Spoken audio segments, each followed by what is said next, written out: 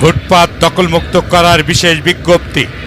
এত দ্বারা আলমডাঙ্গা পৌর এলাকার রাস্তা, ফুটপাত ও ড্রেনের উপর থেকে সমুদায় জিনিসপত্র অপসারণ করা সহ রাস্তার দুই পাশে ট্রাক, বাস, মিনিবাস, নসিমন, পরিমন, মোটরসাইকেল যত্রতত্র পার্কিং করা যাবে না।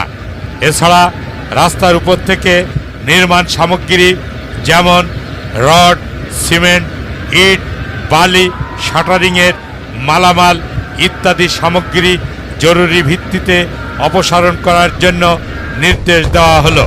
এছাড়া সকল ব্যবসা প্রতিষ্ঠানের মালিকদের জানানো যাচ্ছে যে সকাল 8টা হতে রাত 8টা পর্যন্ত আপনাদের ব্যবসা প্রতিষ্ঠানের সামনে কোনো মাল বোঝাই ট্রাক বা অন্যান্য যানবাহন দীর্ঘক্ষণ দাঁড়িয়ে থেকে মাল লোড আনলোড করানো যাবে না।